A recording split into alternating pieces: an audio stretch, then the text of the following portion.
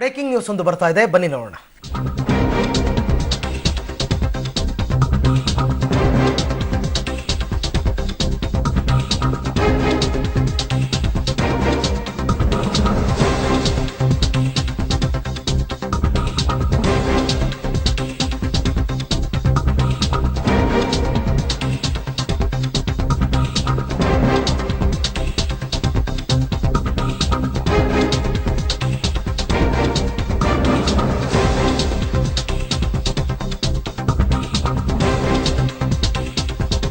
ಚಲುವಿನ ಚಿತ್ತಾರ ಸಿನಿಮಾದ ಹೋಲ್ಡಿಂಗ್ ಬಳಸಿಕೊಂಡಂತಹ ಆರೋಪಕ್ಕೆ ಸಂಬಂಧಪಟ್ಟಂತೆ ಎಸ್ ನಾರಾಯಣ್ ವಿರುದ್ಧ ಪರಿಹಾರ ಕೋರಿ ಕೋರ್ಟ್ ಮೊರೆ ಹೋಗಿದ್ದ ನಟ ಗಣೇಶ್ ಸಿವಿಲ್ ಕೋರ್ಟ್ಗೆ ಎಸ್ ನಾರಾಯಣ್ ಮತ್ತು ಗಣೇಶ್ ಇಬ್ರು ಕೂಡ ಹಾಜರಾಗಿದ್ದಾರೆ.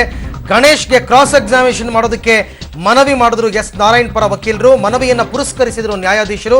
ಹಾಗಾಗಿ ಗಣೇಶ್ ಕೂಡ ಹಾಜರಾಗಿದ್ರು. ಎಸ್ ನಾರಾಯಣ್ ವಿರುದ್ಧ ಗಣೇಶ್ ಸಲ್ಲಿಸಿದ್ದ ವಂಚನೆ ಪ್ರಕರಣ ಇದು ಮುಂದುವರೆದಿದೆ. ಗಣೇಶ್ ಅವರ ಪಾಟಿ ಸವಾಲ್. ನಾರಾಯಣ್ ಪರ ವಕೀಲ ಶಂಕರಪ್ಪ ಅವರು ಪ್ರಶ್ನೆಗಳ ಸುರಿಮಳೆಯನ್ನೇ ಗಣೇಶ್ ಮುಂದೆ ಇಟ್ಟಿದ್ದಾರೆ. ಕಟಕಟೆಯಲ್ಲಿ ನಿಂತು ಗಣೇಶ್ ಉತ್ತರ ಕೊಡ್ತಾ ಇದ್ದಾರೆ. ಮುಂಗಾರು ಮಳೆ ಚಿತ್ರಕ್ಕೆ ನನ್ನನ್ನು ಸೂಚಿಸಿದ್ದು ನಾರಾಯಣ್ ಅಲ್ಲ, ಗೋಲ್ಡನ್ ಸ್ಟಾರ್ ಎಂದು ಬಿರುದು ನೀಡಿದ್ದು ನಾರಾಯಣ್ ಅಲ್ಲ, ಅಭಿಮಾನಿಗಳು. ನನ್ನ ನಟನೆ ಆರಂಭವಾಗಿದ್ದು ನಾರಾಯಣ್ ನಿರ್ದೇಶನದ ಈಶ್ವರಿ ಧಾರಾವಾಹಿಯಿಂದ ಅಲ್ಲ, ಸಾಗರಿ ನನ್ನ ಮೊದಲ ಧಾರಾವಾಹಿ. ಎಸ್ ನಾರಾಯಣ್ ಅವರ ಬಗ್ಗೆ ನನಗೆ ಪೂಜ್ಯ ಭಾವನೆ ಇದೆ, ಅದೇ ರೀತಿ ನಾನೊಬ್ಬ ಒಳ್ಳೆಯ ನಟ ಭಾವನೆ ನಾರಾಯಣ್ ಅವ್ರಿಗೂ ಕೂಡ ಇದೆ ಅಂತಂದ್ಬಿಟ್ಟು ಗಣೇಶ್ ಕೂಡ ಈಗ ಪಾಟಿ ಸವಾಲನ್ನ ಎದುರಿಸ್ತಾ ಇದ್ದಾರೆ, ಪ್ರಶ್ನೆಗಳಿಗೆ ಉತ್ತರವನ್ನ ಕೊಡ್ತಾ ಇದ್ದಾರೆ. ಈ ಬಗ್ಗೆ ಮತ್ತಷ್ಟು ಮಾಹಿತಿಯನ್ನು ಪಡೆಯೋಣ ನಮ್ಮ ಪ್ರತಿನಿಧಿ ಮಾರುತೇಶ್ ಅವರಿಂದ. ಎಸ್ ಮಾರುತೇಶ್, ಇವಾಗ ಪ್ರಮುಖವಾಗಿ ನ್ಯಾಯಾಧೀಶರು ಮತ್ತೆ ವಕೀಲರ ಮುಂದೆ ಇರತಕ್ಕಂಥ ಒಂದು ಸವಾಲು, ಗಣೇಶ್ ಅವರನ್ನ ಇಷ್ಟೊಂದು ಪಾಟಿ ಸವಾಲು ಒಳಪಡಿಸ್ತಾ ಇರತಕ್ಕಂಥದ್ದು ಏನು ಸತ್ಯಾಂಶ ಹೊರಬಡಿಸೋದಕ್ಕೆ ಅಂತ? ಒಂದು ಇಂಟ್ರೆಸ್ಟಿಂಗ್ ಆರ್ಗ್ಯುಮೆಂಟ್ ನಡೀತಾ ಇದೆ. ಜೊತೆಗೆ ಪ್ರಶ್ನೆಗಳು ಉತ್ತರಗಳು ಬಹಳ ಇಂಟ್ರೆಸ್ಟಿಂಗ್ ಅಂತ ಅನಿಸ್ತಾ ಇದೆ.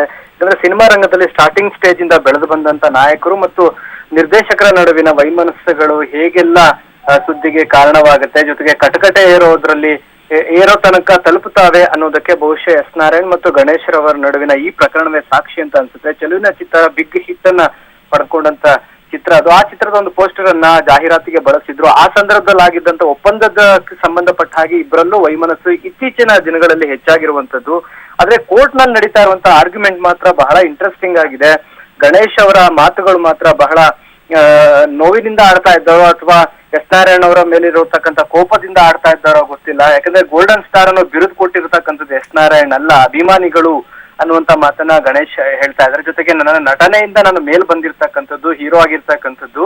ಎಸ್ ನಾರಾಯಣ್ ಅವರು ನನ್ನನ್ನ ಹೀರೋ ಮಾಡ್ಲಿಲ್ಲ, ನಾನು ಕಿರುತೆರೆಯಿಂದ ಕೂಡ ಬೆಳೆದು ಬಂದಂತಹ ವ್ಯಕ್ತಿ ಅನ್ನುವಂತ ಮಾತುಗಳನ್ನ ಆಡ್ತಾ ಇದ್ದಾರೆ. ಬೆಳಿಗ್ಗೆಯಿಂದ ಕೂಡ ಈ ರೀತಿ ಪಾಟಿ ಸವಾಲುಗಳು ನಡೀತಾ ಇದೆ. ಜೊತೆಗೆ ಎಸ್ ನಾರಾಯಣ್ ಕೂಡ ಗಣೇಶ್ ಅವರ ವಕೀಲರ ಪ್ರಶ್ನೆಗೆ ಉತ್ತರ ಕೊಡುವಂತದ್ದು, ಎಸ್ ನಾರಾಯಣ್ ಅವರ ವಕೀಲರ ಪ್ರಶ್ನೆಗಳಿಗೆ ಗಣೇಶ್ ಅವರು ಉತ್ತರ ಕೊಡುವಂತದ್ದು ಕೂಡ ಆಗ್ತಾ ಇದೆ. ಈ ಸಂದರ್ಭದಲ್ಲಿ ಗಣೇಶ್ ಅವರು ಬೆಳೆದು ಬಂದಂತ ಹಾದಿಯಿಂದ ಹಿಡಿದು ಇಲ್ಲಿಯ ತನಕ ನಾನು ಯಾವ ರೀತಿ ನಡೆದುಕೊಂಡು ಬಂದಿದ್ದೀನಿ ಅನ್ನುವಂಥದ್ದನ್ನು ಕೂಡ ಹೇಳ್ತಾ ಇದ್ದಾರೆ. ಜೊತೆಗೆ ಧಾರಾವಾಹಿಯ ಮಾತುಗಳನ್ನು ಕೂಡ ಗಣೇಶ್ ಅವರು ಈ ಸಂದರ್ಭದಲ್ಲಿ ತಿಳಿಸಿರ್ತಕ್ಕಂಥದ್ದು, ನಾನು ಏಕಾಏಕಿ ಹೀರೋ ಆಗಿ ಬಂದಂತವನಲ್ಲ, ಕಿರುತೆರೆಯಿಂದ ಬೆಳೆದು ಬಂದಂತವನು. ಜೊತೆಗೆ ಗೋಲ್ಡನ್ ಸ್ಟಾರ್ ಬಿರುದು ಎಸ್ ನಾರಾಯಣ್ ಅವ್ರು ನನಗೆ ಕೊಟ್ಟಿರೋದಲ್ಲ, ನನ್ನ ಫ್ಯಾನ್ಸ್ ನನಗೆ ಆ ಬಿರುದನ್ನ ಕೊಟ್ಟಿರ್ತಕ್ಕಂಥದ್ದು ಅನ್ನುವಂಥ ಮಾತುಗಳನ್ನು ಕೂಡ ಆಡ್ತಾ ಇದ್ದಾರೆ. ಹೀಗಾಗಿ ಇವತ್ತು ಈ ವಿಚಾರಣೆ ಇನ್ನೂ ಕೂಡ ನಡೆಯುವ ಹಂತದಲ್ಲಿದೆ. ಹೀಗಾಗಿ ವಿಚಾರಣೆಯನ್ನ ಮುಂದೂಡಲಾಗಿದೆ. ಮಾರ್ಚ್ 15ಕ್ಕೆ ವಿಚಾರಣೆಯನ್ನ ಮುಂದೂಡಲಾಗಿದೆ ಸದ್ಯಕ್ಕೆ. ಅರವಿಂದ್, ಅಂದ್ರೆ 15ನೇ ತಾರೀಕು ಕೂಡ ಇಬ್ರು ಹಾಜರಿರಬೇಕು ಅಂತಕ್ಕಂತ ಏನಾದ್ರು ಒಂದು ಆದೇಶ ಸಿಕ್ಕಿದೆಯಾ?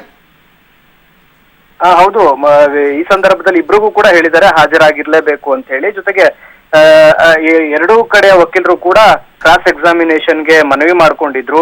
ಹೀಗಾಗಿ ಅದನ್ನು ಪುರಸ್ಕಾರ ಮಾಡಿರ್ತಕ್ಕಂಥ ನ್ಯಾಯಾಧೀಶರು ಇವತ್ತು ಗಣೇಶ್ ಅವರಿಗೆ ಉತ್ತರ ಕೊಡೋದಕ್ಕೆ ಅವಕಾಶವನ್ನ ಕೊಟ್ಟಿದ್ರು. ಇದೇ ರೀತಿಯಾಗಿ ಬೆಳಗ್ಗೆಯಿಂದ ಕೂಡ ನಾರಾಯಣ್ ಅವರ ಪರ ವಕೀಲರ ಪ್ರಶ್ನೆಗಳಿಗೆ ಗಣೇಶ್ ಉತ್ತರಿಸ್ತಾ ಇದ್ರು. ಆ ಸಂದರ್ಭದಲ್ಲಿ ಶಂಕರಪ್ಪ ಅವರು, ನಾರಾಯಣ್ ಪರ ವಕೀಲರು, ಹಲವಾರು ಪ್ರಶ್ನೆಗಳನ್ನ ಅವ್ರ ಮೇಲೆ ಸೇರಿರ್ತಕ್ಕಂಥ, ಯಾಕಂದ್ರೆ ಒಬ್ರು ಹೀರೋ ಆಗಿ ಕ್ರಿಯೇಟ್ ಆಗೋದಕ್ಕೆ ನಿರ್ಮಾಪಕರು ನಿರ್ದೇಶಕರ ಶ್ರಮ ಇರುತ್ತೆ ಅನ್ನೋದು ಆ ಆಂಗಲ್ ನಲ್ಲಿ ನಾರಾಯಣ್ ಪರ ವಕೀಲರಾದಂತ ಶಂಕರಪ್ಪನವರು ಗಣೇಶ್ ಅವರಿಗೆ ಪ್ರಶ್ನೆಗಳನ್ನ ಕೇಳ್ತಾ ಹೋದ್ರು. ಅದಕ್ಕೆ ತಕ್ಕಂತೆ ಅವರು ಉತ್ತರವನ್ನ ಕೊಡ್ತಾ ಇದ್ರು.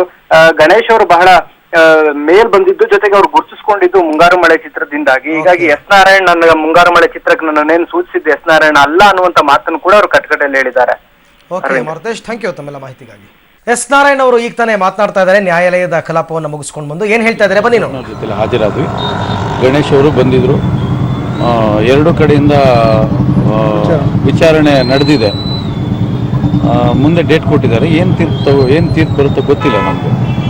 ಸರ್, ಏನು ಕೋರ್ಟಿಂದ ಹೊರಗಡೆ ಏನಾದ್ರು ರಾಜ್ಯ ಸಂಧಾನ ಮಾಡುವಂಥದ್ದು ಇದು ಸಂಧಾನ ಮಾಡೋಕ್ಕೆ ಯಾವ ದೊಡ್ಡ ವ್ಯಾಜ್ಯಗಳು ನಡೆದಿಲ್ಲ. ಒಂದು ಸಣ್ಣ ಅದಕ್ಕೆ ಈಗ ಅಂತ ಹೇಳ್ತೀವಿ. ಒಂದ್ಸಲ ಗಣೇಶ್ ನನ್ನ ಜೊತೆಲಿ ಮಾತಾಡ್ಬಿಟ್ರೆ ಮುಗಿದೇ ಹೋಗುತ್ತಿದ್ದು.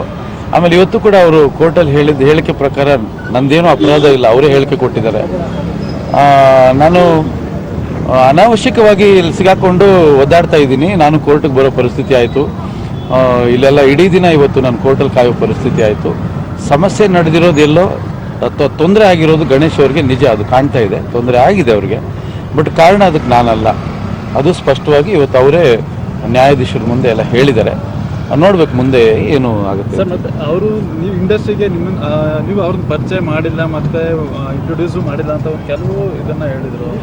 ಅಯ್ಯೋ, ಈಗ ಮುಗಿದೋದ ಕಥೆಗಳನ್ನು ಮತ್ತೆ ಕೆದಕೋ ಅವಶ್ಯಕತೆ ಇಲ್ಲ. ಅವರು ಬೆಳೆದಿದ್ದಾರೆ, ತುಂಬ ದೊಡ್ಡದಾಗಿ ಬೆಳೆದಿದ್ದಾರೆ.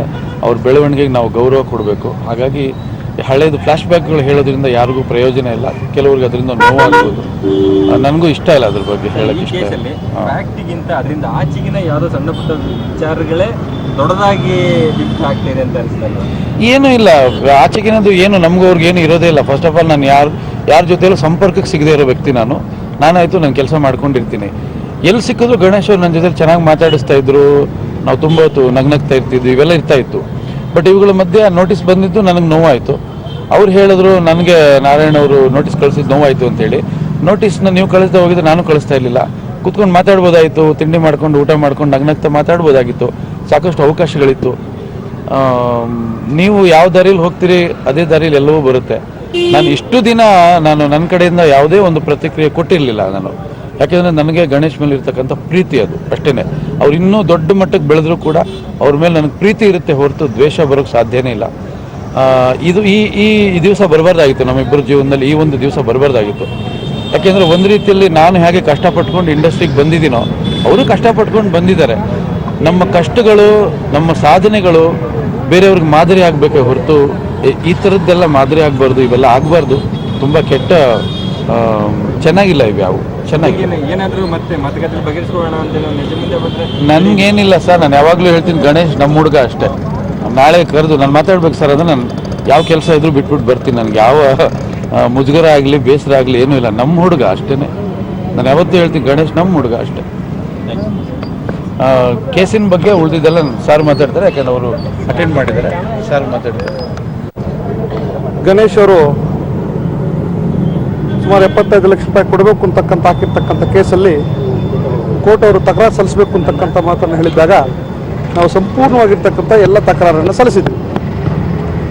ಇದು ಹಳೆ ಕೇಸು, ಸ್ವಲ್ಪ ವಿಚಾರಣೆ ನಡಿಬೇಕು ಅಂದಾಗ ನಾವು ವಿಚಾರಣೆಗೂ ಸಿದ್ಧರಾಗಿದ್ವಿ ಮತ್ತು ನಾರಾಯಣ್ ಅವರು ಕೋರ್ಟ್ಗೆ ಅಟೆಂಡ್ ಆಗಿದ್ವಿ. ಮೊದಲಿಗೆ ನಾನು ಹೇಳ್ತೀನಿ, ಒಬ್ಬ ಆಕ್ಟರ್ ಆಗಿರ್ತಕ್ಕಂಥವ್ರು ಯಾರೇ ಆಗಲಿರ್ಬೋದು, ಅನೇಕ ಜನ ಇವ್ರಿಗೆ ಆದರ್ಶಪ್ರಾಯರಾಗಿ ನೋಡ್ತಾ ಇರ್ತಾರೆ.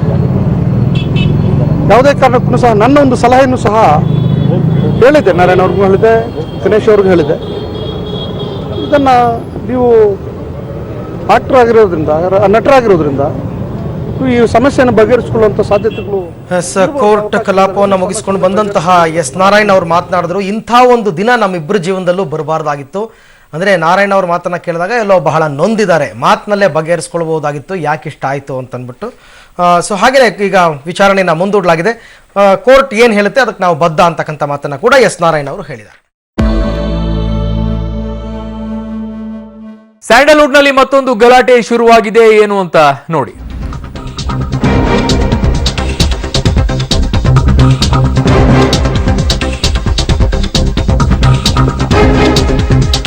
ಅಡುಗೆ ಸಿಲಿಂಡರ್ ಸ್ಫೋಟಗೊಂಡ ತೀವ್ರತೆಗೆ 2 ಮನೆಗಳು ಧ್ವಂಸಗೊಂಡಿದೆ. ಚಿಕ್ಕಬಳ್ಳಾಪುರ ಜಿಲ್ಲೆ ದೊಡ್ಡಬಳ್ಳಾಪುರ ತಾಲೂಕಿನ ಚಿಕ್ಕ ಬೆಳವಂಗಲ ಗ್ರಾಮದಲ್ಲಿರುವ ನಾಗರತ್ನ ಅನ್ನೋರ ಮನೆಯಲ್ಲಿ ಸಿಲಿಂಡರ್ ಸ್ಫೋಟಗೊಂಡಿದೆ.